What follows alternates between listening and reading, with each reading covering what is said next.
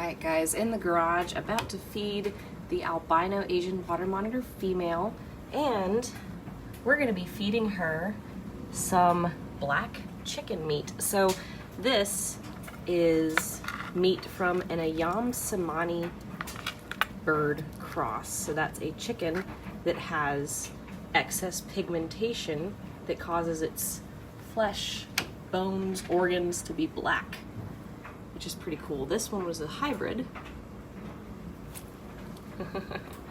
So it doesn't have all black. There's some gray in there, but I think she likes it just the same, huh?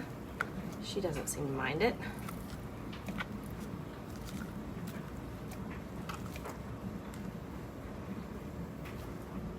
Pretty good, huh?